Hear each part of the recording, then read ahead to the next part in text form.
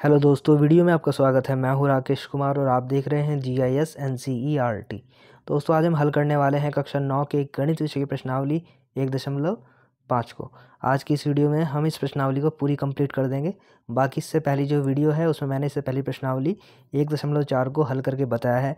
अगर आपने अभी तक वह वीडियो नहीं देखी है तो ऊपर आई बटन पर आपको उस वीडियो का लिंक मिल जाएगा। आप लिंक पर क्लिक करके उस वीडियो को देख सकते हैं। ठीक है, तो चलिए फिलहाल आज की वीडियो को शुरू करते हैं। ये देखिए, ये है प्रश्नावली का पहला क्वेश्चन और इसमें कहा गया है, बताइए नीचे दी गई संख्याओं में कौन कौन परिमेय हैं और कौन कौन अपरिमेय हैं। ठीक है, यहाँ पर 1 से लेके 5 तक पॉइंट दिए गए हैं और हमें इनमें बताना है कि इनमें कौन परिमेय है और कौन अपरिमेय है। ठीक है, तो चलिए इसका आंसर देखते हैं। ये देखिए क्वेश्चन नंबर 1 का फर्स्ट पॉइंट है 2 - √5। हमें बताना है कि ये परिमेय है या अपरिमेय है। ठीक है, वैसे तो देख के ही पता चल रहा है ये एक अपरिमेय संख्या है, क्योंकि 2 यहाँ पर परिमेय संख्या है और √5 यहाँ पर अपरिमेय संख्या है। जब हम परिमेय और अपरिमेय संख्या का अंतर निकालते हैं, मतलब माइनस करते हैं ऐसे, तो एक अपरिमेय संख्या ही आता है आंसर। ठीक है, लेकिन फिर भी मैं थोड़ा इसको सॉल्व करके बता रहा हूँ। 2 देखिए ऐसे रहेगा, माइनस ऐसे रहेगा, √5 को हम लिख सकते हैं 2.236 डैश डैश, ये चलता जाएगा। इनको माइनस कर लो आपस में तो आएगा माइनस का 0.236 डैश डैश, ये चलता जाएगा। और ये एक अपरिमेय संख्या है, तो ये जो बचा है यहाँ पर ये भी क्या है, एक अपरिमेय संख्या है। ठीक है, तो इस प्रकार से जो फर्स्ट पॉइंट है क्या है, एक अपरिमेय संख्या है। इसका आंसर आ गया। ऐसे इसका अब सेकंड पॉइंट देखते हैं। अब देखिए ये है सेकंड पॉइंट, इसमें भी हमें बताना है कि परिमेय है या अपरिमेय है ये। तो पहले इसको सॉल्व करेंगे। 3 + √23, इसको ब्रैकेट खोल के ऐसे लिख लिया, और माइनस का ये √23 ऐसे लिख लिया। ठीक है, अब देखो ये प्लस का है ये माइनस का है √23, तो प्लस माइनस कैंसिल हो गए हैं, बचा क्या है 3। 3 कैसी संख्या है, एक परिमेय संख्या है। ठीक है, तो ये पूरी संख्या भी क्या हो गई, जो सेकंड पॉइंट है ये परिमेय संख्या हो गई। ठीक है, ये इसका आंसर हो गया। अब देखते हैं इसका थर्ड पॉइंट। अब देखिए ये थर्ड पॉइंट 2√7/7√7, तो इसको भी हम देखेंगे कि ये परिमेय है कि अपरिमेय। तो देखिए ये तो कैंसिल हो रहे हैं, तो बचा क्या 2/7, तो ये कैसी संख्या है, एक परिमेय संख्या है। ठीक है, तो थर्ड पॉइंट हो गया इसका परिमेय संख्या, तो ये इसका आंसर हो गया। अब देखते हैं इसका फोर्थ पॉइंट। अब देखिए ये फोर्थ पॉइंट, यह है 1/√2। वैसे तो देखकर पता चल रहा है कि ये एक अपरिमेय संख्या है, क्योंकि देखो एक तो परिमेय संख्या है और √2 एक अपरिमेय संख्या है। जब एक परिमेय संख्या को अपरिमेय संख्या से भाग देंगे तो अपरिमेय ही आंसर आएगा। ठीक है, लेकिन फिर भी इसको थोड़ा सा सॉल्व कर सकते हैं हम यहाँ पे, हम इसमें हर का परिमेयकरण कर सकते हैं, मतलब कि नीचे और ऊपर √2 से मल्टीप्लाई करके, इस तरीके से इसको बोलते हैं हर का परिमेयकरण करना। तो इनकी गुणा करेंगे √2 आएगा और नीचे इनकी गुणा करेंगे तो 2 हो जाएगा। ठीक है, तो ये कैसी संख्या है, ये एक अपरिमेय संख्या है, क्योंकि ऊपर आप देख सकते हैं √2 है जो कि एक अपरिमेय संख्या है, इसलिए ये पूरी कैसी संख्या है, एक अपरिमेय संख्या। ठीक है, अब देखते हैं इसका फिफ्थ पॉइंट। ये देखिए ये है फिफ्थ पॉइंट, ये है 2π। तो इसमें सबसे पहले हम लिखेंगे, चूँकि पाई एक अपरिमेय संख्या है, ये तो हमें पता ही है। ठीक है, अब आप अपरिमेय संख्या का दोगुना कर रहे हो, 2 से गुणा कर रहे हो, तो जो आएगा वो भी तो अपरिमेय संख्या ही होगा, है ना।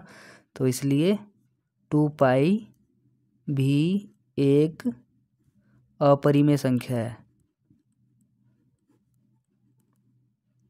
ठीक है, तो इस प्रकार से करना था, ये इसका आंसर हो गया। अब देखते हैं इसका दूसरा क्वेश्चन। अब देखिए ये है प्रश्नावली का दूसरा क्वेश्चन और इसमें कहा गया है, निम्नलिखित व्यंजकों में से प्रत्येक व्यंजक को सरल कीजिए। यहाँ पर 1 से लेके 4 पॉइंट दिए गए हैं हमें। ये कुछ व्यंजक है, इनको हमें सॉल्व करना है, सरल करना है। ठीक है, तो चलिए इसका आंसर भी देखते हैं। ये देखिए दूसरे क्वेश्चन के पहले पॉइंट का आंसर है। इसको हमें क्या करना है, सरल करना है। तो हम क्या करेंगे, सबसे पहले इस 3 की मल्टीप्लाई इस पूरे ब्रैकेट में दिखाएंगे। ठीक है, तो 3 लिख देंगे, इसकी मल्टीप्लाई पूरे ब्रैकेट में ऐसे।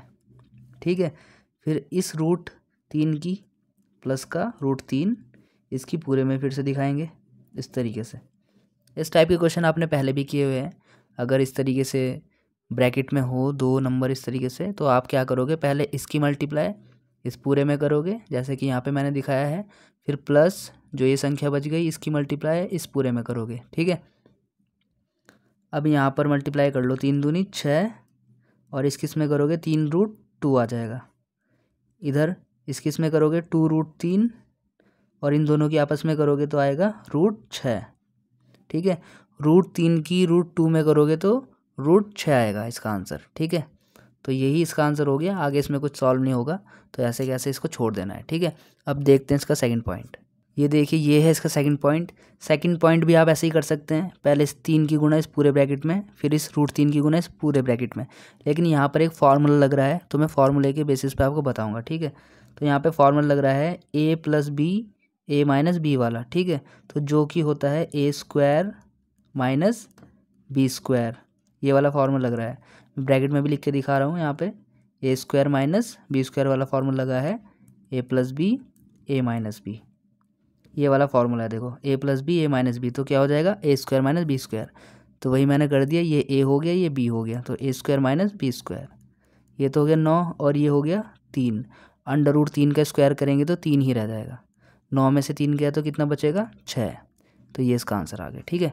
अब देखते हैं इसका थर्ड पॉइंट। अब देखिए यह थर्ड पॉइंट, ये है √5 + √2 का होल स्क्वायर। तो इसको अगर हमें सॉल्व करना है तो आप देख सकते हैं a + b का होल स्क्वायर वाला फार्मूला यहाँ पे लग रहा है, तो वही लिख देंगे यहाँ पे, सूत्र a + b का होल स्क्वायर बराबर a² + b² + 2ab से, तो यही वाला फार्मूला यहाँ पे हम लगा देंगे। तो कितना हो जाएगा a², a है यहाँ पे √5 a², फिर प्लस b², b है यहाँ पे √2 तो इसका स्क्वायर कर दिया, प्लस 2a जो कि है √5 मल्टीप्लाई b जो कि है √2, इसका स्क्वायर करेंगे तो 5 हो जाएगा। √5 का अगर आप स्क्वायर करोगे तो 5 आ जाएगा, प्लस √2 का स्क्वायर करोगे तो 2 आ जाएगा, ठीक है। जब भी हम किसी रूट वाला नंबर जो है उसका स्क्वायर करते हैं तो रूट हट जाता है स्क्वायर करने पे, ये समझ के चलो आप, ठीक है। क्योंकि √ का मतलब होता है पावर का आधा होना, ठीक है। जब इसका स्क्वायर किया जाता है तो √ हट जाता है। फिर है ये 2, 5 दूनी 10 √10, इसको √10 लिख सकते हैं ऐसे, 5 और 2 7 और प्लस 2 √10, ये इतना ही सॉल्व होगा, ठीक है। इसका आंसर आ गया है। अब देखते हैं इसका फोर्थ पॉइंट। अब देखिए ये फोर्थ पॉइंट का आंसर है, यहाँ पर भी फॉर्मूला लग रहा है a - b a + b वाला, ठीक है। तो यहाँ पे आप लिख सकते हो सूत्र a - b a + b बराबर a² - b² से, ये वाला फार्मूला लग रहा है। तो क्या हो जाएगा ये a² - b², तो इसको हम ऐसे लिख सकते हैं a² - b²। मैंने अभी बताया था √ का स्क्वायर करोगे तो √ हट जाएगा, ऐसे इधर हो जाएगा, 5 में से 2 गए 3, ये सॉल्व हो गया, ठीक है। तो इस प्रकार से करना है। अब देखते हैं प्रश्नावली का तीसरा क्वेश्चन।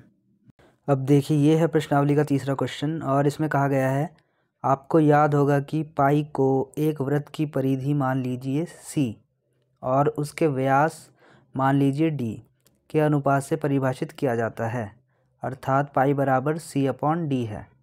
यह इस तथ्य का अंतर्विरोध करता हुआ प्रतीत होता है कि पाई अपरिमेय है।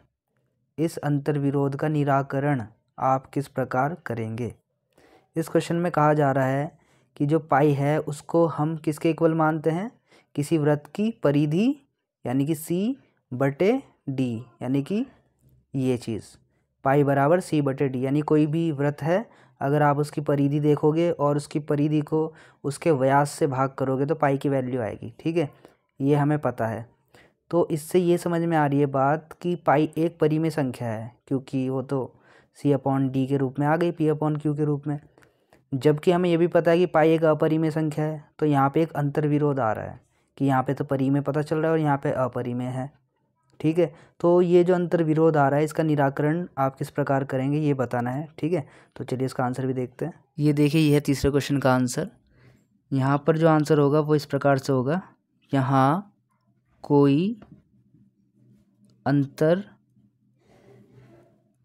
विरोध नहीं है।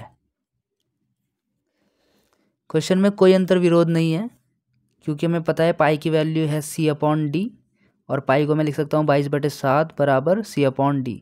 तो देखने में तो ये परिमेय संख्या लग रहा है 22/7, जबकि हकीकत में पाई जो है एक अपरिमेय संख्या होता है। ठीक है, तो यहाँ पे हम लिखेंगे, यहाँ पाई का मान 22/7 अनुमानित मान लिया गया है। ठीक है, जो यहाँ पे पाई का मान है ना 22/7, ये अनुमानित मान है, एक्चुअल मान तो अपरिमेय ही रहेगा। ठीक है, तो ये तो हमने ऐसे ही मान लिया, इसलिए परिमेय हमें लग रहा है। ठीक है, तो जिसका दशमलव प्रसार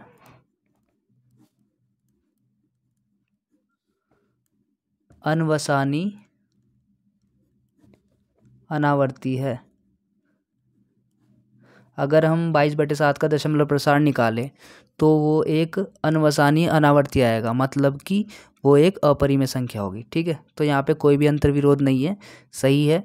22/7 सिर्फ हमने माना हुआ है, इसलिए वो परिमेय संख्या लगता है, नहीं तो हकीकत में वो अपरिमेय संख्या ही है। ठीक है, तो ये इसका आंसर हो गया। अब देखते हैं इसका चौथा क्वेश्चन। अब देखिए, ये है प्रश्नावली का चौथा क्वेश्चन। इसमें कहा गया है संख्या रेखा पर √9.3 को निरूपित कीजिए। ठीक है, तो चलिए इसका आंसर भी देखते हैं। अब देखिए, यह है चौथे क्वेश्चन का आंसर। इस क्वेश्चन में हमें √9.3 को निरूपित करके दिखाना है। ठीक है, तो सबसे पहले हम क्या करेंगे, रूलर की सहायता से 9.3 सेंटीमीटर एक लाइन खींचेंगे पहले तो। ठीक है, 9.3 सेंटीमीटर का तो मैं खींच रहा हूँ।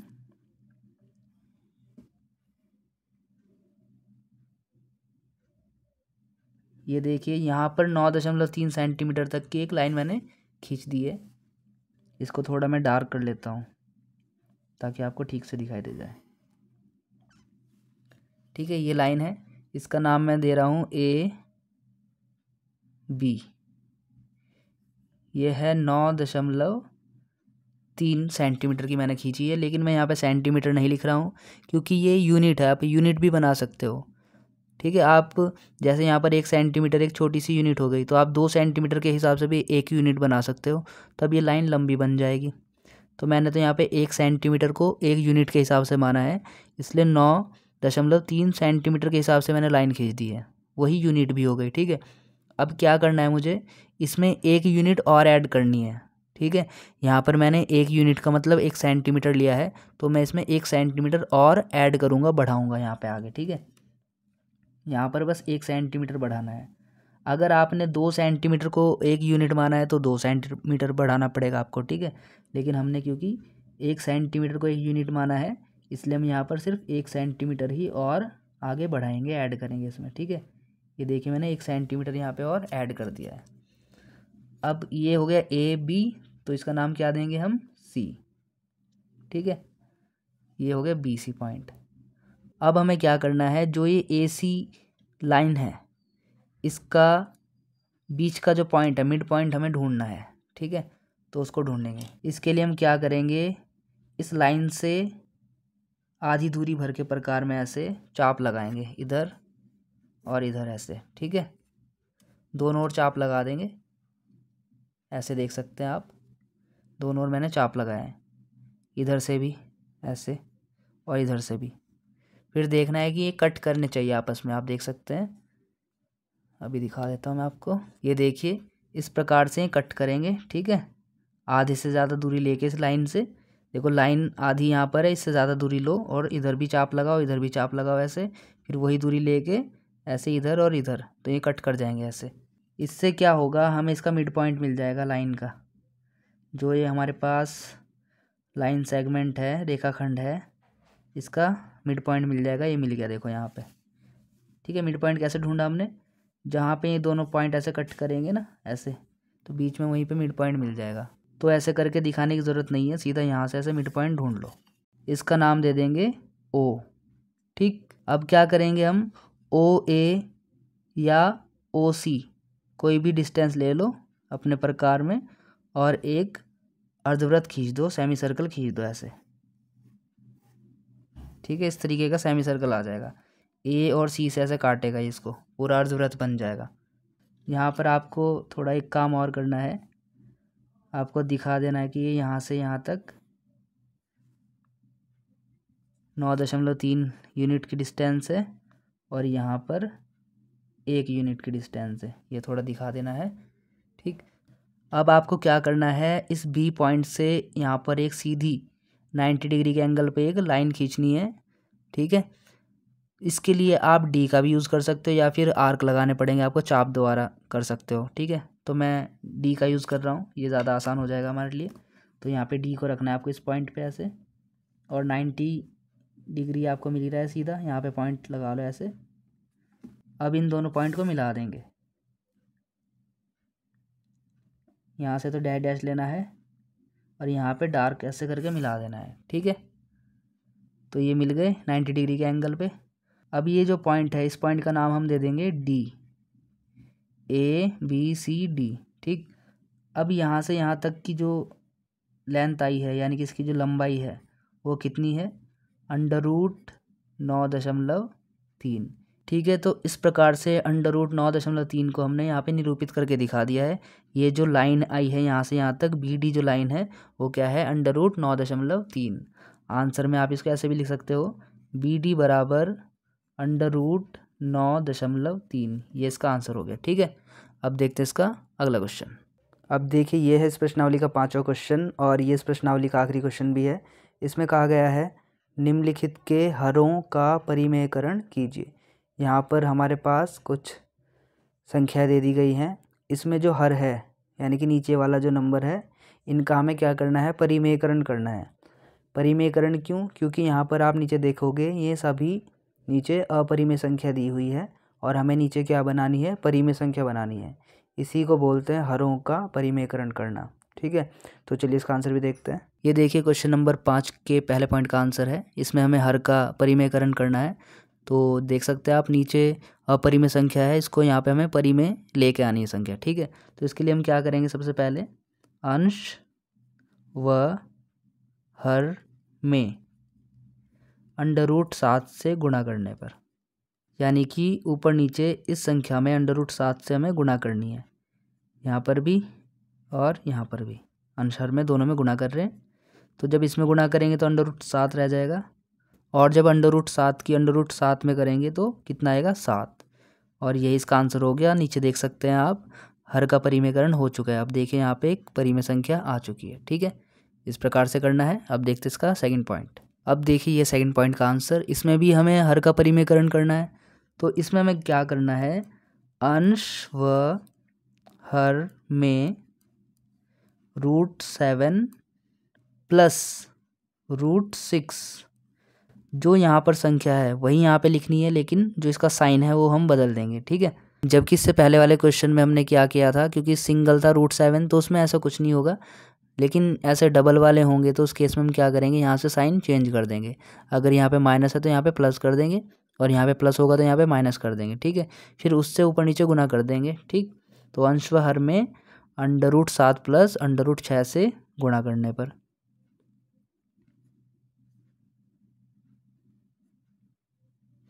तो अब गुणा करते हैं।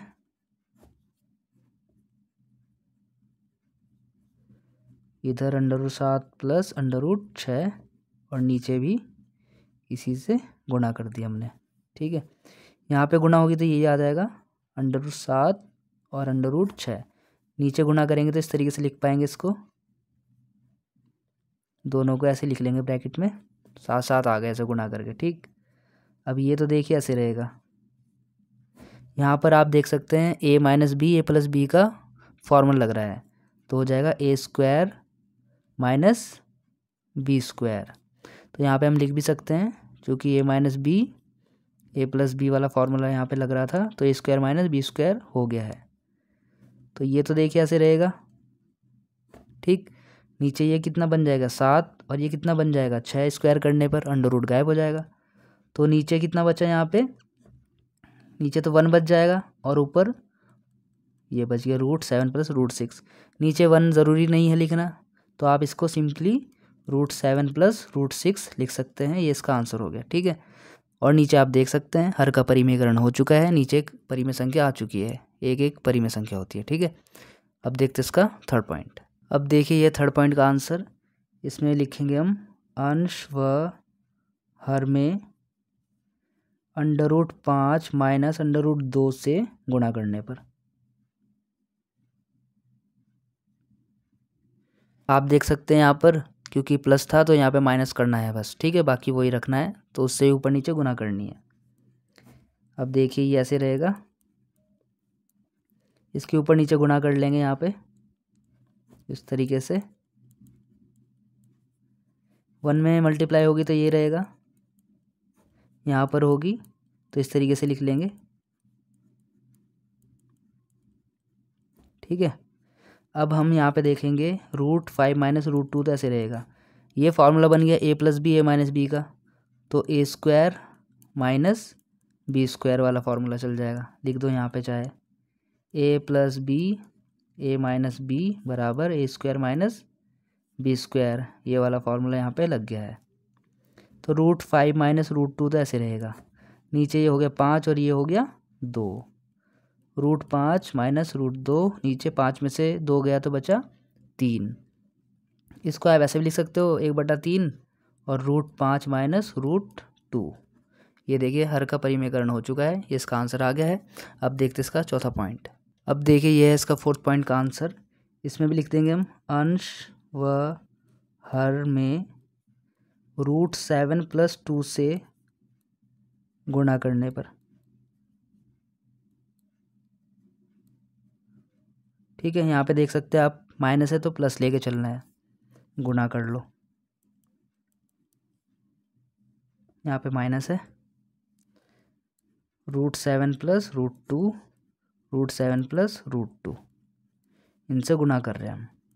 ऊपर तो √7 + 2 आ जाएगा, नीचे √7 - 2 और √7 + 2, ठीक है। √7 + 2 ऐसे रहेगा, नीचे वही a - b a + b का फॉर्मूला लग रहा है a² माइनस b² वाला, ये तो ऐसे रहेगा √7 + 2 और नीचे 7 बन गया और इधर 4 बन गया। देखो √7 का स्क्वायर करेंगे तो 7, लेकिन 2 का स्क्वायर करेंगे तो 4 हो जाएगा। √7 + 2 ऐसे रहेगा, 7 में से 4 के बच गया 3। इसको आप इस फॉर्म में भी लिख सकते हैं 1/3 और ब्रैकेट में √7 + 2, ये इसका आंसर हो गया। तो दोस्तों आज की वीडियो बस इतना ही, बाकी जो इसकी प्रश्नावली है वो हम करेंगे अगली वीडियो में। तब तक के लिए bye, take care, thanks for watching.